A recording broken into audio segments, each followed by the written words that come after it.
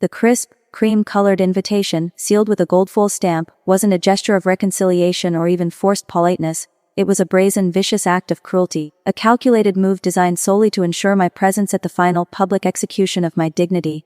My sister Chloe and my former fiancé Ethan had been carrying on an affair for nearly a year, a betrayal they executed with the cold, methodical precision of two people who believed they were smarter, and, frankly, better, than me. The grand climax of their deception was this invitation. Chloe and Ethan cordially request the honor of your presence at their wedding. My name, Ava, was handwritten on the inner envelope, an explicit demand that I attend to watch them celebrate the theft of my entire future. The theft, the lies, the secrecy. I had endured it all in private, but that invitation, that final, mocking demand for a front row seat to their triumph, shattered my tolerance and replaced it with a blinding, cold resolve. I knew I couldn't just sit there silently. I knew I had to object. Not in a tearful, embarrassing outburst, but with a weapon of truth so devastating it would not only stop the wedding, but would publicly dismantle their entire fabricated life together, ensuring their union began not with a kiss but with immediate, spectacular ruin and disgrace. And I had the perfect weapon, a meticulously gathered secret that was about to expose the true, vile foundation of their relationship. I need to know, absolutely, was I wrong for not simply staying home and choosing peace, and instead going to that wedding, waiting until the pivotal moment of the ceremony, and choosing to object with a truth that ruined not only their marriage, but their careers and social standing as well. Tell me if you would have chosen silent dignity, or the absolute, public, unassailable annihilation of their carefully constructed lie. To fully grasp the magnitude of the betrayal, and the necessity of the public objection, you need the painful backstory of the three of us. Ava was always the responsible one, the reliable, emotionally stable sister to the volatile, attention-seeking Chloe. My parents were often preoccupied with Chloe's endless emotional dramas, leaving me to build my own life quietly. I met Ethan in graduate school. He was charming, intelligent, and I thought, deeply committed to our shared future.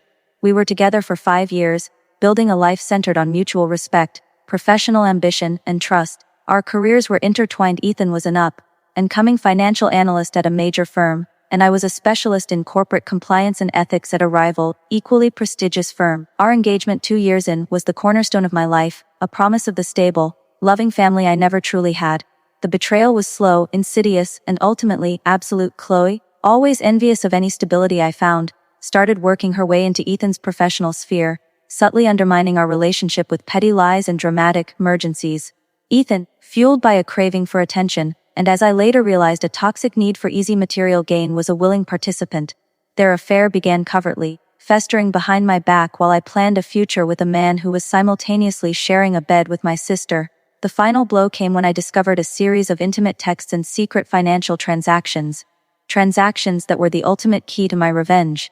Ethan wasn't just cheating, he was leveraging the affair for professional advancement, using Chloe's social connections to secure a promotion that included a massive, crucial signing bonus. When I finally confronted them, there was no remorse, only icy arrogance. Chloe delivered the final crushing line, "You're too safe, Ava. We have passion, and Ethan can give me the life you never could. Stay out of our way." They promptly moved in together, and a month later, the mocking wedding invitation arrived. The sheer audacity of the invitation was a challenge I simply could not ignore. They didn't want my blessing, they wanted my humiliation. They wanted me to sit quietly, small and defeated, while they cemented their stolen life in front of our entire family and social circle. But their confidence had made them careless. During my initial, heartbroken period of discovery, when I reviewed the financial evidence of their deceit, I stumbled upon a secret that transcended mere infidelity, a secret that spoke directly to Ethan's core values, a secret that was professional suicide. Ethan, it turned out, had accepted that massive signing bonus from his new firm only 2 months before quitting and moving to a rival firm for an even bigger offer. The contract with the first firm contained an ironclad, non-compete and bonus clawback clause, stipulating that if he left within 1 year, he was required to repay the entire 6-figure bonus, plus significant penalties immediately. He had already spent the money, believing the firm wouldn't notice or wouldn't bother to pursue it legally. But I, the corporate compliance and ethics specialist, knew better.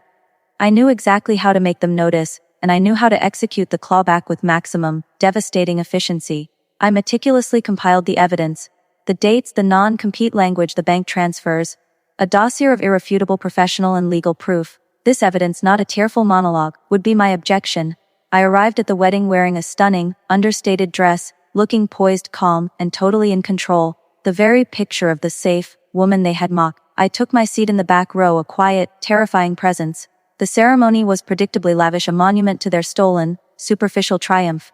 The music swelled, the vows were exchanged, and the moment arrived, the moment the officiant paused, looked out over the assembled guests, and asked the fateful, ritualistic question. If anyone present can show just cause why this couple may not lawfully be joined together, let them speak now, or forever hold their peace. The air froze, every eye, including Chloe's and Ethan's, darted to me expecting the meek, embarrassing scene of a rejected ex-fiancé. They expected tears, they got corporate compliance. So, that was the situation I was in. My sister and my former fiancé who stole my life, invited me to their wedding to watch their triumph.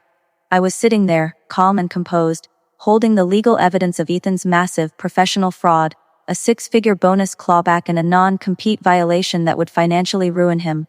Before I tell you the specific, absolute and immediate way I used my professional expertise to object, the precise legal and financial maneuver I executed in that moment, ensuring their marriage began with utter financial and social disgrace, I want you to pause and comment below what you would have done in my shoes.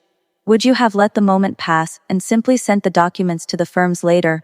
Or would you have chosen the perfect, public moment of their pride to object with the truth that ruined their professional lives? Let me know your thoughts right now, because the moments that followed were a cold, perfect masterpiece of justice. I rose slowly from my seat, not with the shaky drama of a heartbroken woman but with the quiet, terrifying authority of a highly paid corporate compliance officer. I didn't shout, I spoke in a clear, measured voice, projected just enough to carry through the microphone, equipped, efficient, and be heard by every single guest, many of whom were colleagues or social contacts of the couple. I didn't address the stolen love, I addressed the stolen money. I object, I stated calmly. I paused, letting the word hang in the agonizing silence, the horror already dawning on Chloe and Ethan's faces. My objection is not based on sentiment, but on documented, demonstrable, professional fraud and contractual breach, information which is material to the financial foundation of this union. Then came the surgical strike, the one that used my professional title as the ultimate weapon. I reached into my small, elegant clutch and withdrew a single sealed manila envelope, not the dossier but a cover letter. I am Avaha, my last name, Director of Corporate Ethics and Compliance at her rival firm name. Groom Ethan. Ethan's last name is currently in material breach of his contract with his former employer. First firm name. I looked directly at a senior partner from Ethan's new firm, who was sitting in the front row, his face already pale, specifically the non-compete and bonus clawback clause, requiring immediate repayment of the $185,000 signing bonus plus penalties, which I have confirmed he has already spent. Furthermore, of this financial instability and disregard for ethics directly compromises his position at your firm. I didn't even mention Chloe or the affair. I simply transformed the wedding into an immediate, devastating corporate compliance review meeting. I then turned to the officiant and, raising the envelope, offered a final, crushing piece of theatrical compliance. I have prepared a formal notice of material breach, signed by the legal counsel of Hay First Firm name, along with a summary of the evidence, which is being delivered to the groom's current and former employers, and is now also being presented to the family of the bride. I recommend this union be postponed until the matter of this massive, hidden financial liability, and the groom's demonstrated pattern of professional deceit, has been fully resolved. With that, I walked the envelope right up the aisle, placed it gently onto the altar, looked Ethan straight in his now terrified eyes, the confidence gone, replaced by the sheer, cold fear of professional ruin, and then I looked at Chloe. Her carefully constructed facade of the triumphant bride had completely dissolved, replaced by a look of dawning horror and betrayal, the realization that she had tethered her future to a financially desperate fraud. I simply turned and walked out, leaving the wedding party in utter, stunned chaos. The aftermath was a symphony of satisfying consequences. The wedding, needless to say, was immediately and spectacularly halted. The senior partner from Ethan's new firm pulled him aside right there, leading to his immediate termination for the financial liability, the non-compete violation, and the massive ethical risk I had publicly exposed. The first firm immediately initiated the legal clawback proceedings, seizing all of Ethan's remaining assets and leaving him with crippling debt. Chloe, realizing she had traded a stable partner for a disgraced, debt-ridden liar, had a complete emotional meltdown right on the altar. The family, realizing the depth of the deception and the catastrophic financial blow, was fractured.